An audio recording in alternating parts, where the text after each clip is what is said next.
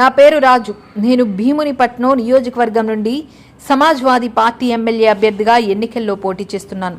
నా యొక్క గుర్తు సైకిల్ పంపు మీద ఓటు వేసి గెలిపిస్తారని విజ్ఞప్తి. భీమునిపట్నంలో నాటి నుండి నేటి వరకు ప్రభుత్వం వారు ప్రభుత్వ భూమిని ప్రైవేటు పరిశ్రమ రంగమునకు మరియు పర్యావరణ రంగమునకు మరియు హాస్పిటల్కి ఎలిమినేషన్ జరిగింది.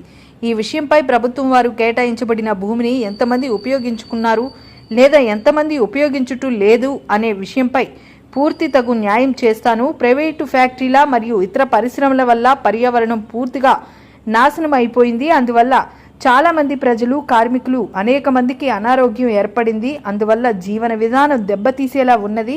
కావున ఎన్నికల్లో నన్ను భీముని ఎమ్మెల్యే గెలిపిస్తే దీనికి తగు చర్యలు తీసుకుంటానని మీకు హామీ ఇస్తున్నాను అన్నారు. ఏదో ఏ రూపంలోనూ ఉమ్మగారు దాంతో వచ్చారు. సో కొన్ని విషయాలు చెప్పాను. నా దగ్గర డబ్బులు ఒక టైంలో ఉమ్మగారు చెప్పారు నా దగ్గర ఉంది తక్కువ, కానీ ఎక్కువ వస్తాను అంటున్నారంటే మనల్ని కాదు పర్లేదు తీసుకురావాలి అన్నాను. కొంతమంది 10 మంది అంటారు, ఆవిడ మీద వీళ్ళ ఇంట్లో బాగుపడిపోతున్నారు, 20 మంది వచ్చేయండి, 30 మంది వచ్చేయండి అలా అనవుతున్నారు. మాకు ఎంతమంది ఉంటే అంతమంది తీసుకెళ్తాము. లేకపోతే వస్తే నేను ఎలా బతకాలని నేర్పిస్తాను. ఆఫీస్ ఇక్కడ ఉంటాను, నేను 5 సంవత్సరాలు ఇక్కడ ఉంటాను, 10 సంవత్సరాలు ఇక్కడ ఉంటాను. మీ ఆధారం ఉందనుకో ఇక్కడ ఉంటాను, మా మాస్టర్ ఉంటారు, కేసులు ఏమన్నా సరే మాస్టర్లు లాయర్ కూడా ఇక్కడ ఉంటారమ్మా. మీకు ఏ సమస్య వచ్చినా రండి, ధైర్యంగా బతకడానికి మనం నేర్చుకోవండి.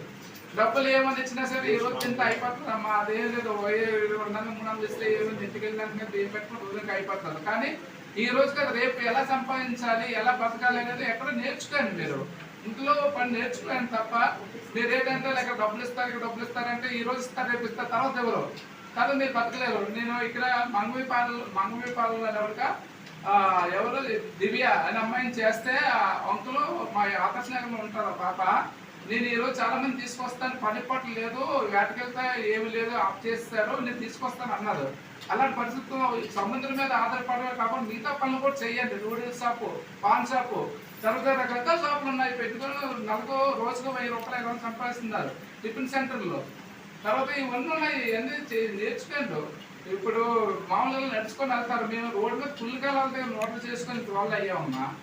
ఎప్పుడు కూడా ఎవరో ఇస్తారు, చేస్తారు, దాంతో బాగుపడతారంటే మీ జీవితంలో మీరు బాగుపడరు. బతికేసి మాత్రం చెయ్యండి. సో గురుగారు ఒక 2 విషయాలు చెప్తారు సార్, చెప్పండి. మా సార్ మాట్లాడుతున్నారు.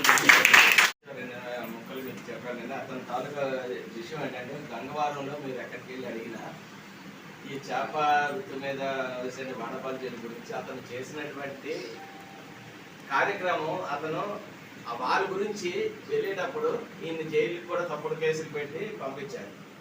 అయితే అతను జైల్లో ఉన్నా సరే సుప్రీంకోర్టు దగ్గరికి వరకు వెళ్ళి సరైన ఆర్డర్స్ తీసుకొస్తే ఇప్పుడు 3000 మందికి ఒక్కొక్క ఇంటికి ఒక్కొక్క ఉద్యోగం వచ్చింది స్టీల్ ప్లాంట్లో.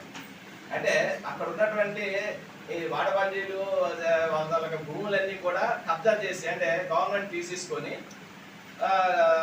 అక్కడ ఉన్నటువంటి కథలు ఉన్నారు కదా మిగతా వాళ్ళ పేర్లు రాయించేసుకొని ఒరిజినల్గా ఒక ఆసామి తాలూకా భూమి పోతే వేరే వాడి దేవుడు పేరు రాయించుకొని ఆర్ నెంబర్ అని ఆర్ కార్డు తీసుకొని ఉద్యోగాలు సంపాదించుకుంటే దాన్ని అతను ఎదుర్కొన్నాడనే ఉద్దేశంతో వాళ్ళందరికీ కేసు పెట్టడం అనేది జరిగింది.